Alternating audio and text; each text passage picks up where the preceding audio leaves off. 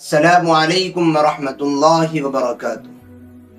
उम्मीद करता हूँ दोस्तों आप तमाम हजरात खैरियत से होंगे।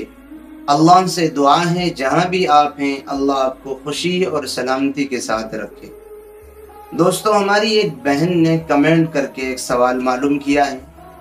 आज वो सवाल और उसका जवाब जो हम सब की ज़रूरत का है वो आपकी खिदमत में मैं बयान करने वाला। सवाल ये है, एक बहना मालूम करती हैं कि मुफ्ती साहब मेरे और मेरे शोहर के दरमियान एक दफ़ा झगड़ा हुआ तो मैंने गुस्से में अपने शोहर को भाई कहा कि तुम मेरे भाई जैसे हो, तो ऐसा कहने से हमारा निकाह टूट गया या नहीं। याद रखें ये हमारे समाज और माशरे में इस तरीके की बातें पेश आती रहती हैं और कहीं कहीं फैशन के तौर पर अपने खाविंद को भाई कहा जाता है और कहीं कहीं अपने खाविंद का नाम लेकर के पुकारा जाता है, अपने खाविंद के नाम के जरिए से पुकारा जाता है। तो ये दो तीन बातें आप आज की इस वीडियो में आप समझ लें कि पहली तो ये कि शौहर को भाई कहने से निकाह पर फर्क पड़ता है। याद रखें कि शौहर को भाई कहने से, खाली भाई कहने से निकाह पर कोई फर्क नहीं पड़ता, निकाह मुतासिर नहीं होता, निकाह नहीं टूटता।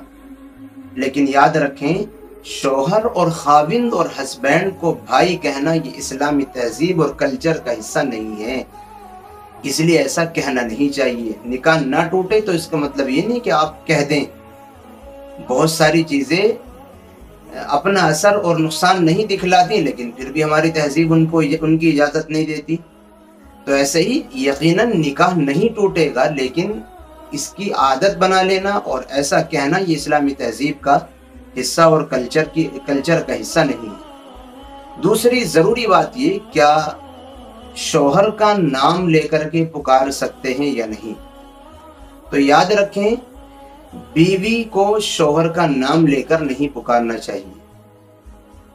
फतावा की किताबों में और उलमा ने ये बात वजाहत के साथ लिखी है कि शौहर को उसके नाम के साथ पुकारना ये मकरूह और नापसंदीदा अमल है।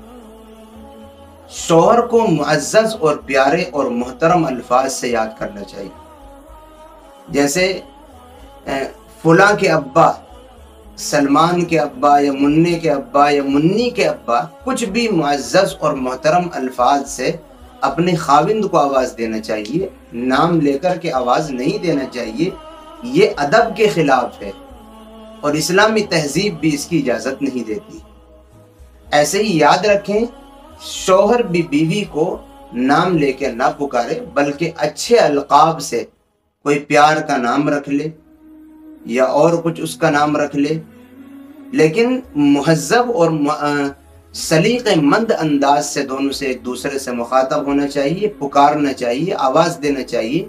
नाम लेने से, ख़ास तौर पर शौहर का नाम लेने से बीवी को बचना चाहिए। ऐसे ही एक ज़रूरी बात और सुन लें कि वालिदैन का भी नाम नहीं लेना चाहिए, नाम से नहीं पुकारना चाहिए। नाम न लेने का मतलब ये कि नाम लेकर नहीं पुकारना चाहिए। किसी के वालिद का नाम अब्दुल्ला है तो वो यूं करके पुकारें अब्दुल्ला, ये ऐसे ही ए अब्दुल्ला, तो ये वालिद की शान में बेअदबी है। इसलिए वालिद को तो वालिद कह करके या जहाँ जो लफ्ज़ चलते हैं शरई हुदूद में रहते हुए उन्हीं अल्फाज के साथ मुखातब करना चाहिए। नाम लेकर के वालिदैन को पुकारना, शौहर को पुकारना, आवाज़ देना, ये इनकी शान के अदब के ख़िलाफ़ है। इसलिए इन चीज़ों का हमें ख्याल करना चाहिए। दुआओं की दरख्वास्त है, फिर मिलेंगे इंशाअल्लाह किसी नई और अच्छी वीडियो के साथ। अस्सलामु अलैकुम वरहमतुल्लाहि वबरकातुहू।